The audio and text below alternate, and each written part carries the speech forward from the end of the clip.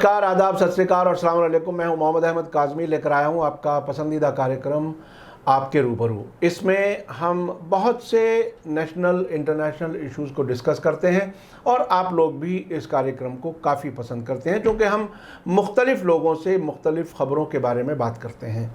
आज हम बात करेंगे, प्रधानमंत्री जी विदेश दौरे पर हैं, यूनाइटेड नेशन जनरल असम्बली में हिस्सा लेने के लिए न्यूयॉर्क पहुँचे हुए हैं और उसके बाद वो वाशिंगटन भी जाएंगे, जहाँ वो जो बाइडेन से मिलेंगे, वहाँ के प्रेसिडेंट से।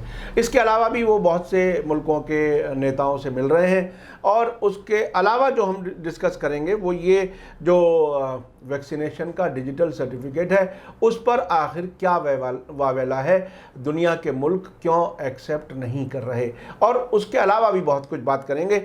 आज हमारे ख़ास मेहमान हैं रविंद्र कुमार जी, जो राष्ट्रीय मुक्ति मोर्चा के प्रेसिडेंट हैं और प्रोफेशन से वकील हैं। बहुत ही बेबाकी से अपनी बात रखते हैं। रविंद्र कुमार जी, वेलकम है आपका, मीडिया स्टार वर्ल्ड को आपने समय दिया। आप ये बताइए कि प्रधानमंत्री जी बहुत दिन के बाद विदेश दौरे पर गए हैं और ये भी कहा जा रहा है कि जैसे अमेरिका का एयरफोर्स 1 कहलाता है, इसी तरह से भारत ने भी तैयार किया है और उस जहाज़ को पहली बार इस्तेमाल कर रहे हैं। आखिर आप इस दौरे को किस तरह से देख रहे हैं? सबसे पहली बात तो है कि 8,450 करोड़ रुपए के 2 बोइंग 777S हवाई जहाज खरीदे गए थे और वो बेचारे 1 साल से जो है हैंगरों में लटके हुए थे और पहली बार है कि मोदी जी ने उसका चढ़कर जो है उद्घाटन किया। और उद्घाटन में उन्होंने पहला जो अपनी फ़ोटो अपनी ऑफिशियल वेबसाइट पे डाली वो ये थी कि मोदी जी कुछ कागज़ लेकर जो है पढ़ रहे हैं और पढ़ते हुए दिखाया उन्होंने कि उनके हाथ में पेन भी है और पेन से जैसे लोगों ने कहा कि मोदी जी वर्कोलिक हैं, 18-18 घंटे मुल्क के लिए काम करते हैं और देखो हवाई जहाज में भी जो है काम वो खुद कहते हैं साहब, उन्होंने खुद कहा मैं वर्कोहॉलिक हूं। नहीं, उनकी इस फोटो पे जो उनके प्रशंसकों ने जो टिप्पणी की वो ये थी कि मोदी जी जो है 18-18 घंटे काम करते हैं, हवाई जहाज में भी चैन से नहीं बैठे, काम कर रहे हैं, देश के लिए पता नहीं फाइल देख रहे हैं। अब हुआ क्या कि ऐसी फ़ोटो पहले भी आती थी, जवाहरलाल नेहरू की आई, सबके सामने है कि लाल बहादुर शास्त्री की एक फ़ोटो आती है, वो अपनी पत्नी के साथ बैठे हैं। इस तरह मनमोहन सिंह की आती है कि प्रेस कॉन्फ्रेंस कर रहे हैं, अपने साइन कर रहे हैं, फाइलें देख रहे हैं। इसी तरह राजीव गांधी की कई फ़ोटो है कि वो कंप्यूटर में लैपटॉप पे कुछ काम कर रहे हैं, बगल में नाश्ता रखा हुआ है। तो मोदी जी ने भी उस एक कमी को जो पूरा करना था कि उनके इतिहास में ऐसी फ़ोटो भी नहीं आई, तो उन्होंने एक फ़ोटो उनकी आई। अब फ़ोटो देखते ही लोगों का दिमाग जो है, हमारे जैसे लोग जो होते हैं, हम कहते हैं कि हम छिद्रान्वेषी हैं, कि हम देखते हैं कि या तो हमारी नज़र गलत है या हमारी नज़र पड़ती गलती पे। तो जब मैंने उस फ़ोटो को देखा तो फ़ोटो में 3 बातें बड़ी अजीब लगी। पहली बात तो है कि जो फ़ोटो में जो कागज़ मोदी जी के हाथ में है वो लेमिनेटेड है। अच्छा, लेमिनेटेड होता है जैसे हमारा आई कार्ड होता है, आप देखेंगे जैसे होटल में मेनू कार्ड होता है, मेनू कार्ड वो लेमिनेटेड है, उस पर चारों ओर स्क्रीन चढ़ा हुआ है। अब वो कोई फ़ोटो है जो वो देख रहे हैं। अब लेमिनेटेड डॉक्यूमेंट पे आप पेन से कुछ लिख नहीं सकते जी, जाहिर, क्योंकि कागज़ होगा तो लिखेंगे। दूसरी बात थी कि वो अगेंस्ट लाइट है। जब भी हम पढ़ते हैं तो लाइट ऊपर से आनी चाहिए, लाइट इसमें से नीचे से आ रही है और नीचे से आ रही है तो दिख रहा है कि मोदी जी के हाथ में एक छोटा लिफाफा भी है जिसकी रोशनी उन पर पड़ रही है। और तीसरी बात यह है कि मोदी जी जब फ़ोटो खिंचा रहे थे तो उनकी निगाह उस फोटो पे नहीं थी, जो उनके हाथ में कागज़ था उनकी निगाह दूसरी तरफ थी। तो इन बातों से लगा कि मोदी जी जो है एक तरह से फ़ोटो शूट करा रहे थे और वो कोई सीरियस काम नहीं कर रहे थे। और उन्होंने ये किया कि दिखाने के लिए कि इतने बड़े प्लेन में जिसमें 800 लोग बैठ सकते हैं, 800 लोग बैठ सकते हैं, वो उसमें ऐसे बैठे जैसे कोई आम आदमी, शहरी आदमी जब प्लेन में चढ़ता है तो केबिन बैगेज उसके पास होता है और वो कंधे पे लटका कर बेचारा जाता है, उसमें ताला वाला भी लगा होता है। तो मोदी जी का केबिन बैगेज उनकी दूसरी सीट पर रखा हुआ है, जबकि जहाज में वो अकेले हैं। और उसमें जो केबिन बैगेज का जो वो सूटकेस नुमा जो बैग है उसमें ताले भी लगे हुए हैं। अच्छा, यानी प्रधानमंत्री अपनी चाबी भी कहीं उनके पास होगी। ये कोई गुजरात मॉडल का कुछ तो नहीं था? ये नहीं, वो ये दिखाना चाहते हैं कि मोदी जी 777 बोइंग में भी बैठकर जो है ऐसे ही सफ़र करते हैं जैसे आम आदमी जो है ई रिक्शा में करता है, कि अपने सामान की रखवाली करें, लिखा होता है ना, सवारी अपने सामान की देखभाल खुद करें, अपने जिम्मेदार खुद हैं। जी हाँ, तो मोदी जी जिम्मेदार प्रधानमंत्री के रूप में वो दिखे। तो मुझे बड़ा अजीब लगा और इस पर लोगों ने बहुत सारे कमेंट भी किए जो हमारे प्रधानमंत्री की पद की गरिमा को गिराते हैं। उसके बाद जो मोदी जी अमेरिका हवाई अड्डे पर उतरे तो उन्होंने जो है छाता लिया और छाता खोला और उसके बाद वो केबिन से बाहर निकले और सीढ़ियों से उतरे। तो वहाँ लोगों ने देखा कि ना तो बरसात हो रही है, ना वहाँ कोई तेज जो है सूरज की रोशनी है, शाम का समय था, हवा चल रही है, लेकिन मोदी जी की स्टाइल है कि हर तरह से राजा बाबू की फ़ोटो, एक फिल्म आई थी सबने देखी होगी गोविंदा की राजा बाबू, उसमें वो विभिन्न ड्रेस पहनते थे, तो मोदी जी ने छाते के साथ भी एक पोज दिया। उसके बाद वो नीचे उतरे, उन्होंने अपना मास्क लगा लिया, जबकि मास्क उन्हें लगा के आना चाहिए था। नीचे जितने भी लोग एयरपोर्ट पे थे, चाहे अमेरिका के अधिकारी थे या भारत सरकार के थे, सबने मास्क लगा रखे थे। क्या मोदी जी ने फ़ोटो खिंचवाने के बाद मास्क लगा लिया। उसके बाद उनकी एक फ़ोटो मैंने बड़ी अजीब सी देखी कि वो जो है बहुत सारे लोगों से अमेरिकन सिक्योरिटी गार्ड्स की प्रेजेंस में मिल रहे हैं, क्योंकि अमेरिका में अमेरिका की सरकार भारत सरकार की एसपीजी के अधिकारियों को मोदी की सुरक्षा करने से रोकती है। हिंदुस्तान में अमेरिका का राष्ट्रपति आएगा तो उसकी सुरक्षा होगी, हमारी एसपीजी पीछे खड़ी रहेगी। हाँ, और उनके अपने सिक्योरिटी वाले लोग जो होंगे, और यही हाल वहाँ अमेरिका में। तो मोदी जी ने एक दो पूरे होटल को टेक ओवर कर लेते हैं जब यहाँ। जी हाँ, उन्होंने अपने वहाँ के हिंदुस्तान में जब आते हैं सारे सीवर की जांच करते हैं कि सीवर में तो कोई गड़बड़ नहीं है। आपको याद होगा एनडीएमसी का उन्होंने जब ओबामा आए थे और ट्रंप आए थे तो उन्होंने सारी जाँच की थी। तो उसके बाद जब मोदी जी की फ़ोटो खींचने लगी तो मोदी जी ने सब लोगों से कोरोना काल होते हुए भी इतनी सहृदयता दिखाई कि हाथ मिलाया, और हाथ मिलाया जबकि कोरोना का वायलेशन है। और उनके साथ जो अमेरिकन सिक्योरिटी गार्ड खड़े थे, मोदी जी ने 2-3 बार उन्हें इशारा भी किया कि भाई तुम मेरे और कैमरे के बीच में क्यों आके खड़े हो गए, लेकिन वो जिद्दी लोग जो है खड़े रहे। यानी हमारे एसपीजी वाले तो मान लेते हैं मोदी जी की बात, उन्होंने नहीं मानी। तो उससे मुझे बुरा लगा कि हमारे प्रधानमंत्री का इतना अपमान जो है हो रहा है, तो हमारी आत्मा को उससे दुख होता है। लेकिन वो तो अपनी ड्यूटी कर रहे थे साहब, नहीं, उन्हें इस सब से क्या लेना। अमेरिका में कानून है। हाँ। अमेरिका हिंदुस्तान की तरह एक जो है मोम का नाक वाला देश नहीं है कि अगर ताकतवर आदमी आया तो उसे नाक मोड़ दी, दूसरा ताकतवर आया तो उसे नाक तोड़ दी, तीसरा आया तो उसे नाक जोड़ दी। अमेरिका में कानून का मतलब है कानून। जी। और यही बात जो है हम देखते हैं कि पूरे का पूरा जो प्रकरण अमेरिका में चल रहा है वो मोदी जी के कानून की वजह से है। अब उसमें जैसे आपने भी कहा कि भाई जो हमारा कोरोना वैक्सीन का जो सर्टिफिकेट है उसको लेकर ब्रिटेन ने एक बड़ा बवाल खड़ा कर दिया। एक आदमी का मैं ट्विटर अकाउंट पे पढ़ रहा था, तो वो कहता है जी मैं पेरिस में एक कैफ़े में गया, तो कैफ़े में गया तो वेटर ने कहा कि अपन में वैक्सीनेशन सर्टिफिकेट दिखाइए। वो सर्व करने से पहले कहते हैं वैक्सीनेशन दो, अगर आप पे वैक्सीनेशन सर्टिफिकेट नहीं है तो आपको सर्विस नहीं दी जाएगी, सेल्फ सर्विस करो। उस आदमी ने अपना, हिंदुस्तानी था, उसने अपना वैक्सीनेशन सर्टिफिकेट दिखाया, तो उसने देखा और उसने देख कर कहा फ़ोटो तो तुम्हारी नहीं है। उस आदमी ने कहा नहीं मेरी नहीं है, हमारे प्रधानमंत्री की है, लोकप्रिय प्रधानमंत्री हमारे उनकी है। तो वो वेटर ने कहा भाई इसकी फ़ोटो यहाँ क्यों लगी हुई है, फ़ोटो तुम्हारी होनी चाहिए या नहीं होनी चाहिए। तो ये जो झगड़ा है, जो बात जो है, जो खलल जो है, ममता बनर्जी के दिमाग में भी आया कि मोदी की फ़ोटो क्यों होनी चाहिए, और दूसरे लोगों के दिमाग में भी आया कि मोदी की फ़ोटो वैक्सीनेशन पे क्यों होनी चाहिए। तो मैंने WHO की गाइडलाइन देखी। अच्छा। 99 पेज की गाइडलाइन है WHO की, जो है कि digital documentation for covid certification vaccination schedule. अब उसमें जो है एक पेज पर पूरा उन्होंने दिया है कि कोरोना का सर्टिफिकेट पूरी दुनिया में मान्य कौन सा होगा, कैसा होना चाहिए, कैसा हो, उसमें पूरा उन्होंने दिया है, फॉर्मेट दिया हुआ है। देश का नाम होगा, फर्स्ट वैक्सीनेशन, सेकंड वैक्सीनेशन, फिर उसके बाद उसका जो QR कोड जो होता है, बहुत सारी डॉट बनी रहती है, वो होगा। फिर फर्स्ट जो आदमी है जिसका हो रहा है उसका पासपोर्ट नंबर है, उसका नाम है, उसकी डेट ऑफ बर्थ है, उसकी आइडेंटिफिकेशन है, जो भी मार्क होता है उसका। उसके बाद उसमें 2 शेड्यूल बने हुए हैं। पहला शेड्यूल है कि फर्स्ट वैक्सीनेशन कब हुई, तो किस बैच की दवाई थी, कहाँ से आई, किस कंपनी की थी, कब लगी, कितनी मात्रा में लगी, क्या हुआ, ऐसे दूसरा है, और उसके बाद वो ख़त्म हो जाता है। अब मोदी जी ने चतुराई दिखाकर क्या किया, क्योंकि हर जगह वो चाहते हैं कि उनकी फ़ोटो के वो इतने दीवाने हैं कि मुझे लगता है कि थोड़े दिन बाद हर आदमी के लिए हिंदुस्तान में कंपलसरी हो जाएगा, जैसे कि आपको जो है क्रॉस लटकाना है या ओम लटकाना है, ऐसे मोदी जी की फ़ोटो आपको मिलेगी और गले में आपको चेन से लटका कर रखनी पड़ेगी, ताकि आपको लगातार ये फीलिंग आए कि आप आदमी नहीं हो, आप मोदी जी के पाले हुए कुत्ते हो। तो कुत्तों के घर में चेन। तो ये 24 से पहले हो जाएगा या बाद में होगा? मोदी जी का बस चले तो कल ही कर दें।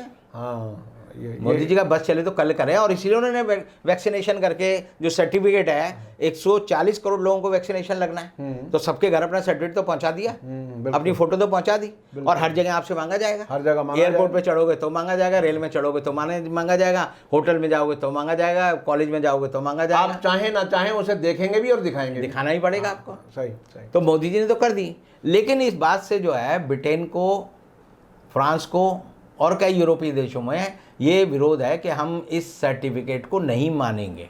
ये खबर जो है हमारा मीडिया नहीं दिखाता, फ्रंट पेज पे आ रही थी, कोई सर्टिफिकेट को लेकर कोई झगड़ा चल रहा है। हाँ, उसकी डिटेल नहीं बता रहे, डिटेल नहीं बताते। हाँ। क्योंकि डिटेल बताएंगे तो एक ही तो डिटेल है कि इस आदमी ने अपनी फोटो लगा रखी है, हटाओ। तो ये बताना पड़ेगा, ये बताना पड़ेगा और हटानी पड़ेगी। और हटानी पड़ेगी तो सबको पता चल जाएगा कि ममता बनर्जी भी ठीक कह रही थी, हमारे जैसे आदमी भी ठीक कह रहे थे, और जो लोग हमारे जैसे लोग कहते हैं कि मोदी जी की फोटो की इस पर जरूरत क्या है, भारत सरकार का शेर का निशान होना चाहिए, वही काफी है। जब हमारे पासपोर्ट पे भी होता है। बिल्कुल। हो सकता है मोदी जी कहें कि शेर का निशान हटाओ, मेरी फोटो परमानेंट लगा दो। क्योंकि मोदी जी के मन में जो है एक अमर होने की आकांक्षा है। उनको लगता है गांधी जी मर गए थे 1948 में, उसके बाद भी उनकी फोटो नोटों पे चल रही है, तो गांधी जी के बल पर ही देश चल रहा है। तो वो चाहते हैं कि इस फोटो को कहीं रिप्लेस किया जाए और बापू के मुकाबले जो है दूसरा जो गुजरात का बापू है वो कायम हो जाए, और इसीलिए वो इस काम में लगे हुए हैं। लेकिन अब मैं जो समझना चाह रहा हूँ, ये जो विदेश का दौरा है यूनाइटेड नेशन जनरल असेंबली के मौके पर, अभी तक जो कुछ खबरें आ रही हैं कि वो ऑस्ट्रेलिया के प्राइम मिनिस्टर से मिले, कुछ और लोगों से भी मिलेंगे, अमेरिका के राष्ट्रपति से भी मिलेंगे। आखिर इस दौरे में और इससे पहले जो एक झटका लगा है भारत को, वो ऑकस बना है। ऑकस में जिसमें ऑस्ट्रेलिया, यूके और यूएस हैं, और भारत को छोड़ दिया है, और इंडो पैसिफिक इलाके के बारे में है जिसमें इंडिया का कहीं जिक्र नहीं है। तो क्या कुछ है, क्या कुछ हासिल करके आएंगे, कुछ खो करके आएंगे, क्या कुछ है इस विजिट में, क्या मिलेगा भारत को? एक कहावत है, बेगानी शादी में अब्दुल्ला दीवाना। अच्छा, कि होता है ना कि कुछ नहीं हो तो तमाशा घुसका देखने की आदत होती है कुछ लोगों को। अब हुआ क्या कि क्वाड बना। क्वाड में जो है 4 देश शामिल हैं। क्वाड में आप देखेंगे ऑस्ट्रेलिया है, जापान है, भारत है और अमेरिका है जी। अब क्वाड के बाद जो है एक सुपर क्वाड है ये, जिसे ऑकस आप बोल रहे हैं, ऑस्ट्रेलिया का ए, ठीक है ना, और यूके का यूके, और यूएस का यूएस, तो इससे बना ऑकस। जी जी। अब उसमें मोदी जी ने बड़ी पैरवी की कि इसमें जापान को भी घुसड़ा जाए, जे ए बन जाए, और आई आ जाए इंडिया के लिए तो जय ऑकस बन जाए। तो इसके एस जयशंकर और हमारे जो डोभाल साहब हैं वहाँ पूरी तरह से वकालत कर रहे हैं। लेकिन अमेरिका ने कहा nothing doing, you will not be entered there. और ये एक तरह से हिंदुस्तान की बेइज्जती है कि पहली बात तो उन्होंने हमें नहीं लिया, तो हमें जाके क्यों गिड़गिड़ाना है, क्यों एप्लीकेशन लगानी है, और जब वो हमारी बात मान नहीं रहे तो क्यों हम जो है ये कहें कि जी हमें इस पूरी कर बाहर रख दिया। असली मकसद ये है कि जो ये ऑकस बना है, इसमें क्या ऑकस का काम है, हिंद महासागर, प्रशांत महासागर का जो क्षेत्र है उसमें वो परमाणु पनडुब्बी चलाना चाहते हैं। और वो औकत तीनों देशों का होगा, उसमें ब्रिटेन के लोग होंगे। ब्रिटेन को अमेरिका जो है एक सहयोगी इसलिए है क्योंकि ब्रिटेन से ही अमेरिका का जन्म हुआ है। ब्रिटेन के लोगों के खिलाफ ही तो विद्रोह करके ब्रिटेन ने तो वहाँ पर अमेरिका में अपनी कॉलोनी बचाई थी, और इसीलिए अमेरिका को पहले जो कहते थे वो न्यू इंग्लैंड कहते थे। हाँ जी जी। एक इंग्लैंड, न्यू इंग्लैंड। जब उन्होंने कहा कि हम जो है आज़ाद हैं, हम ब्रिटेन की बात नहीं मानते, तो अमेरिका जो अलग बना, तो वो यूनाइटेड स्टेट्स ऑफ अमेरिका बना, क्योंकि वहाँ 50-51 प्रांतों से मिला के बनाया गया। अब इस हालत में यह है कि अमेरिका को पूरा जो है यकीन जो है ब्रिटेन पे, और ब्रिटेन को पूरा यकीन अमेरिका पे। हाँ, कुछ लोग तो बाप बेटे का रिश्ता, कुछ लोग तो इस हद तक कहते हैं कि ये 51वां स्टेट है अमेरिका का। जी हाँ, जी हाँ, उस तरह से कहते हैं। और ऑस्ट्रेलिया जो है वो ब्रिटेन के अंडर आज भी है, क्योंकि ब्रिटेन की महारानी जैसे कनाडा की है या कॉमनवेल्थ और कंट्रीज़ की वो हेड ऑफ द स्टेट होती है, ऐसे ऑस्ट्रेलिया की है। और वहाँ ऑस्ट्रेलिया के जो सारे मूल नागरिक हैं वो सारे के सारे जो है ब्रिटिश हैं, जिन्हें कि ब्रिटेन में सज़ा दी जाती थी। तो जैसे हमारे यहाँ कहते थे काला पानी में भेज दो, अंडमान निकोबार भेज दो, ऐसे ही वो अपने अपराधियों को जो है ऑस्ट्रेलिया भेज देते थे। वही सारे लोग, आधे लोग वो हैं जो वहाँ के नागरिक हैं, तो उनके मन में भी वो कहते हैं we have British blood in our veins. तो अब ये 3 देश जो है नेचुरल एली हैं, और नेचुरल एलाइज होने के बाद इन्होंने कहा कि जो परमाणु पनडुब्बी है उनका नियंत्रण इन तीनों के हाथ में रहेगा। अब अमेरिका क्यों नहीं चाहता कि इसमें फ्रांस शामिल हो? फ्रांस तो इस हद तक गया कि उसने कहा कि हम जो है अपने राजदूत को वापस बुला लेंगे। जर्मनी इस हद तक गया कि उसने कहा हम भी करेंगे, लेकिन जर्मनी की बात इसे नहीं मानते, क्योंकि सेकेंड वर्ल्ड वार से लेकर जापान और जर्मनी दोनों को जो है एनिमी कंट्रीज़ माना गया था, और इसलिए इनका वक्त ज़्यादा नहीं है। दोनों को जो है यूएन में भी ये नहीं है कि परमानेंट सिक्योरिटी काउंसिल में इनको सदस्यता मिले, तो नहीं मिली हुई इनको। अब हम हिंदुस्तान रह गया। हिंदुस्तान को अमेरिका इसलिए अंदर नहीं आने देता क्योंकि हिंदुस्तान की इंटेलिजेंस पर, हिंदुस्तान की विश्वसनीयता पर उसको शक है। उसे शक है कि अगर हमने इसकी टेक्नोलॉजी नो हाउ अगर किसी तरह इंडियंस के साथ साझा किया तो ये इसकी टेक्नोलॉजी हिंदुस्तान से लीक हो जाएगी। हिंदुस्तान की करप्ट ब्यूरोक्रेसी समझो या इनेप्ट ब्यूरोक्रेसी समझो या इनेप्ट लीडरशिप समझो, ये उनके मन में एक डेफिसिट ऑफ कॉन्फिडेंस होता है ना किसी आदमी, लैक ऑफ कॉन्फिडेंस डेफिसिट है कि वो मानते हैं कि हिंदुस्तान से अगर हमने इस मामले में कोई ज़्यादा चीज़ें साझा की तो वो लीक होती रहेंगी, क्योंकि हिंदुस्तान के बारे में उनकी राय कोई बढ़िया नहीं है। और मोदी जी के रहते हुए तो उनकी राय जो है बड़ी ख़राब हो गई है, क्योंकि उन्होंने हमेशा देखा है कि मोदी जी को अगर कोई बात पता है तो वो अडानी अंबानी को या 2-4 इंडस्ट्रिस्टों को जरूर पता हो। तो इसीलिए अमेरिका जो है ऑकस में इंडिया की एंट्री नहीं होने दे रहा, और उसने सीधा मना भी कर दिया है। पहले भी आपको पता चला होगा कि 3 महीने पहले जब एस जयशंकर वहाँ गए थे अमेरिका, तब भी इसी मुद्दे पे बात की थी और वैक्सीनेशन पे की थी। तब भी ब्रिटेन ने और अमेरिका ने उनकी बात नहीं मानी थी। अब प्रधानमंत्री मोदी जी खुद गए हैं, तो मोदी जी को अगर ट्रंप होते तो वो कहते थे ट्रंप माय फ्रेंड, या ओबामा होते तो वो कहते मैं उसे ओबामा कहता हूँ, तो फर्स्ट नेम से पुकारता हूँ। तो वो स्थिति अब नहीं है। तो जॉय बिडेन जो है वो एक तरह से अमेरिकन जो डिप्लोमेसी है उसमें एक दूसरा शातिर आदमी है, और वो शातिर आदमी इतना है कि वो जानता है कि मोदी की रग रग में जो है ट्रम्पिज्म घुसा हुआ है, और वो ट्रम्पिज्म के खिलाफ है। तो इसलिए किसी भी हालत में बाइडेन जो है वो मोदी जी को किसी तरह की लेवरेज नहीं दे रहा। अब मोदी जी ने जब इन तीनों फ्रंटों पे देख लिया, रोज फ्रंट लाइन पे आ रहा है कि जी हमारी सर्टिफिकेशन एक्सेप्ट करो, तो ब्रिटेन ने अभी जो लेटेस्ट 2 दिन पहले ही अपनी गाइडलाइन जारी की है, तो उसने कहा है एस्ट्राजेनेका और की जो वैक्सीन है उसको उससे एक्सेप्ट किया है। उसने जो है जॉनसन एंड जॉनसन की वैक्सीन को एक्सेप्ट किया है, मॉडर्ना की उसको एक्सेप्ट किया है। और इसलिए जो है हिंदुस्तान को एक बड़ी परेशानी इसलिए आ रही है क्योंकि मोदी जी की फ़ोटो सर्टिफिकेट पे लगी है, जिस बात को कोई नहीं बता रहा। और आने के बाद होगा कि अचानक मोदी जी घोषणा करेंगे, राष्ट्रीय टेलीविज़न पे आएंगे 8:30 पे और कहेंगे कि मैंने सोचा है कि मैं मोह से ऊपर उठ जाऊं और मैं अपनी फ़ोटो इससे हटा रहा हूँ। ये करना पड़ेगा, ये करेंगे। ये अच्छा एक और इशू है, मैं अभी देख रहा था बीबीसी पर एक खबर हुई है। मोदी जी ने जो वैक्सीन लगवाई है वो कोवैक्सीन लगवाई है। कोवैक्सीन की इजाज़त नहीं है अमेरिका में, नहीं। तो ये इनको कैसे परमिशन मिली अमेरिका जाने की? देखिए कोविशील्ड को भी परमिशन नहीं है, उसका भी झगड़ा चल रहा है। कोविशील्ड बिल्कुल नहीं, इन्होंने तो कोवैक्सीन लगवाई है। अच्छा। मोदी जी ने कोवैक्सीन लगवाई है जो एम्स में जाके पहले दिन लगाई थी, जनवरी में, याद होगा आपको। और उसके बाद दूसरी भी लगी उनको डोज, हमारे राष्ट्रपति ने भी लगवाई। तो अब कोवैक्सीन और कोविशील्ड दोनों को परमिशन नहीं है और मोदी जी को जाने दिया गया। तो लोग अब ये शक कर रहे हैं कि मोदी जी ने हो सकता है कि जॉनसन एंड जॉनसन की या एस्ट्राजेनेका या और कोई जो है रिकॉग्नाइज जो है वैक्सीन लगा ली और उनके वैक्सीनेशन सर्टिफिकेट पे होगा। तो मोदी जी का वैक्सीनेशन सर्टिफिकेट आज तक आया नहीं है। और ये भी बड़ी बात हो सकती है कि मोदी जी के 2 वैक्सीनेशन सर्टिफिकेट बन गए हों। एक एम्स वालों ने बता दिया हो कि कोविशील्ड लगाई है, कोवैक्सीन लगाई है, और एक दूसरी लगवाई होगी तो 2 है। तो इसीलिए वो कह रहे हैं कि आपका जो वैक्सीनेशन का पूरा प्रोग्राम है, भारत सरकार ने अभी 4 दिन पहले एक विज्ञापन दिया था कि आप अपने सर्टिफिकेट में कोरोना वैक्सीनेशन का जो सर्टिफिकेट है, डिजिटल सर्टिफिकेट है, उसमें अगर कोई गलती है तो आप ठीक कर सकते हैं। तो इस बात पे ब्रिटेन ने इस बात पे को बड़ा सीरियसली लिया है और ये बड़ा कारण हो सकता है कि मोदी जी के पास 2 अपने वैक्सीनेशन के सर्टिफिकेट हो जो नहीं हो सकते। क्योंकि या तो अमेरिका का कानून जो है उन्होंने पहली बार मोदी जी के लिए तोड़ दिया, प्रोटोकॉल भी तोड़ दिया और कोविड के जो गाइडलाइन है उसको भी उन्होंने भंग कर दिया है। और आप समझो WHO ने हो सकता है कि मोदी जी को स्पेशल परमिशन दे दिया। WHO लेकिन WHO अमेरिका के लिए कैसे दे देगा? अमेरिका की हुकूमत को देनी पड़ेगी ना। देखो अमेरिका तो इतना WHO ऑर्गेनाइजेशन है। अमेरिकन सिस्टम हो या यूरोपियन सिस्टम हो, उसकी ब्यूटी यही है कि चाहे वो प्रिंस चार्ल्स हो, उनका चालान काट देते हैं। आपको याद होगा एक बार जिम कार्टर थे अमेरिका के राष्ट्रपति, उनका ट्रैफिक चालान कट गया।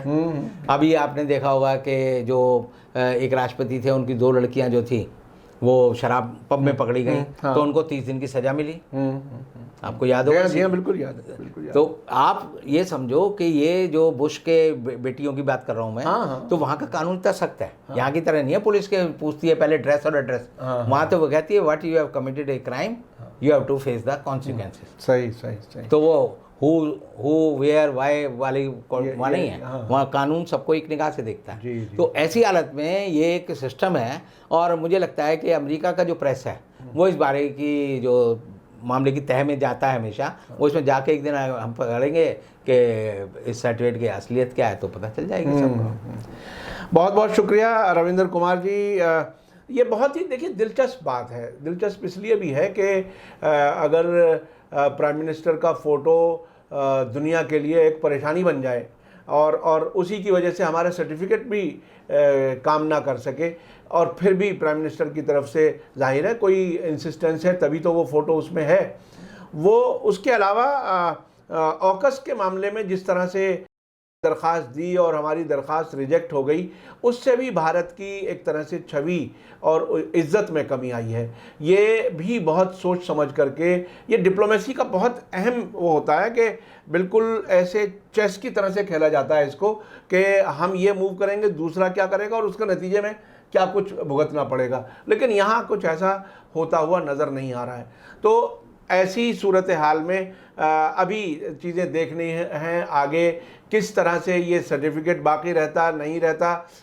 रविंद्र कुमार जी की ये उम्मीद पूरी होती है कि नहीं कि वो एक दिन आएंगे और ऐलान करेंगे कि साहब मैं वो मोह जो है मेरे अंदर, जो फ़ोटो छपवाने वाला है वो मैं छोड़ रहा हूँ और यहाँ से सब फ़ोटो हट जाएंगे, दोबारा सर्टिफिकेट सबको जारी किए जाएंगे, करने पड़ेंगे। उस पर देश का एक्सचेकर का, हमारी आपकी जेब का पैसा भी खर्च होगा। वो तो खर्च हो चुका है, दोबारा करोगे तो दोबारा हाँ, दोबारा बिल्कुल, दोबारा सर्टिफिकेट अगर जारी होंगे तो दोबारा फिर खर्च होगा। लेकिन ये बहरहाल एक इंसान के शौक़ की वजह से मुल्क का क्या क्या होता है। और जैसे कि आपने बताया कि जहाज़ खड़े रहे एक अरसे तक, 2 जहाज़ खरीदे गए। देखिए मैं चूँकि जर्नलिज्म में एक लंबे अरसे से हूँ, हवाई जहाज़ के चलते रहने में इतना खर्चा नहीं है जितना उसको मेंटेन करने में है। तो ये बरसों तक इतना बड़ा, इतनी बड़ी रकम का जहाज़ खड़ा रहा, 2 जहाज़ खड़े रहे और अब उनका उद्घाटन हुआ। ये ख़ुद अपने आप में पैसे की बर्बादी कहा जा सकता है। मुझे एक वाक़या याद आ रहा है, जब सद्दाम हुसैन ने 2003 की जंग में अपने ख़िलाफ़ जब वो जंग हो रही थी तो उसने जहाज़ पहुंचा दिए ईरान में बचाने के लिए, और वो ईरान ने वो अपने पास रख लिए और उन्हें यूज़ करना शुरू कर दिया, ये कहते हुए कि वो जब जंग हुई थी उसके तावान में हिसाब लगा लेंगे, अभी तो हम इन्हें इस्तेमाल कर रहे हैं। तो वो खड़े हुए जहाज़ जो है उनकी मेंटेनेंस महंगी है, उड़ाते रहो, चलाते रहो। तो जिस तरह से गाड़ी होती है, नहीं, घर होता है, गाड़ी की आप देखिए ना, आपकी जो डेप्रिसिएशन है वो तो लगेगी हर साल की। बिल्कुल, बिल्कुल। अब ये जहाज़ों का आए हुए 400 से ज़्यादा दिन हो गए हैं। जी। अब इनकी डेप्रिसिएशन ही लगाए हैं तो 8450 करोड़ की 18% डेप्रिसिएशन जो आज के दिन ली जाती है, अगर वही लगा लेंगे तो 2000 करोड़ रुपये हो जाती है। जी। बहुत बहुत शुक्रिया। ये बारीकी से हिसाब किताब रखते हैं रविंद्र कुमार जी और बहुत ही पैनी नज़र रखते हैं। हम जर्नलिस्ट लोग तो रखते ही हैं, लेकिन आप वकील भी हैं और सोशल एक्टिविस्ट हैं और देश के बहुत से घटनाक्रम पर बारीकी से नज़र रखते हैं। इसी के साथ मुझे दीजिए इजाज़त। धन्यवाद, शुक्रिया। जय भारत, जय हिंद। मीडिया स्टार वर्ल्ड के और वीडियो देखने के लिए हमारे चैनल को सब्सक्राइब करें और सीधे नोटिफिकेशन पाने के लिए बेल आइकन दबाएं। और अगर हमारी खबर सच्ची और अच्छी लगे तो अपने व्हाट्सएप, इंस्टाग्राम, फेसबुक और ट्विटर अकाउंट पर ज़रूर शेयर करें।